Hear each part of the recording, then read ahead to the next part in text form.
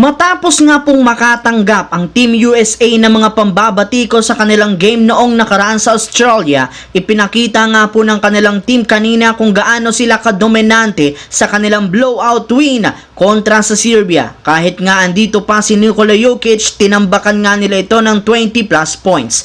Sinamahan pa ito ng ilang mga highlights kagaya ng signature move ni Stephen Curry at ni LeBron. Nananatili para naman nga pong dominante sa ilalim ng basket si Anthony Davis lalo sa rebounding at defense, at higit sa lahat wala pa rin naman nga pong nakakapigil sa lalim ng kanilang lineup sa dami ng mga malalarong kayang magtala ng puntos. At ngayon nga pong naipakita ng team ang itinatagong potensyal ng kanilang kupunan. Marami ang mga fans ang nagsasabing kailangan na nga daw talagang ibigay na lamang dito ang gintong medalya since kitang-kita kung gaano ito kalakas. Kaya hindi nga magugulat pa kung magiging unbeatable ang team na ito sa Olympics. Samantala, since hindi natuloy ang mga unang plano ng Lakers, wala pa silang ibang pagpipilian pa kundi gumawa ng plan B sa susunod na linggo. Yes mga idol, si Jovan Bohan na nga mismo ang nagkumpirma na gagawa ang Lakers ng trade para mapa-improve ang kanilang lineup at maaari nga itong mangyari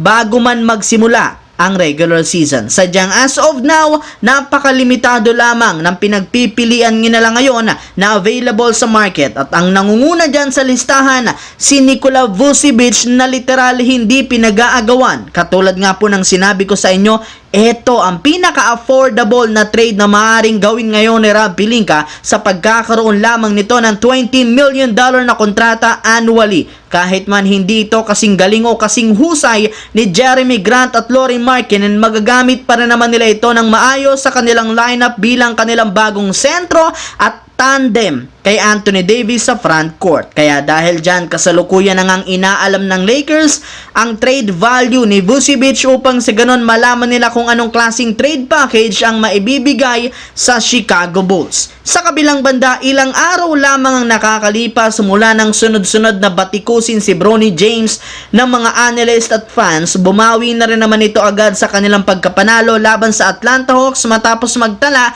ng 12 points, 2 out of 5 sa shooting sa 3-point line. Yes mga idol, bukod sa katotohanan na ito ang kauna-unahang panalo ng Lakers sa Summer League, dito rin naman nga sa wakas na patunayan ni Bronny na meron talaga siyang maibubuga. Sadyang kailangan lamang niya ng sapat na oras para makapagpa-improve at mag-adjust sa liga. Kaya kailangan lamang nga pong hayaan na lamang si Bronny ang mga taong nambabatiko sa kanya since inggit lamang nga daw ito dahil sa hawak niya ang lahat ng tools para maging isang mahusay na NBA player. At pagkatapos nga po ng kanilang pagkapanalo, mismong si Bronny na ang sabi sa interview kailangan lamang nga po niyang kalimutan ang lahat ng naimintis na tira at lahat ng kanilang naipatalo upang sa ganon makapag-focus muli siya sa kanyang sariling laro, at sa kabutihang palad natulungan niya pa ang Lakers na manalo ngayong araw. So yun lamang mga idol ang ating bagong video na ating pinag-usapan ngayon dito. Once again, this is your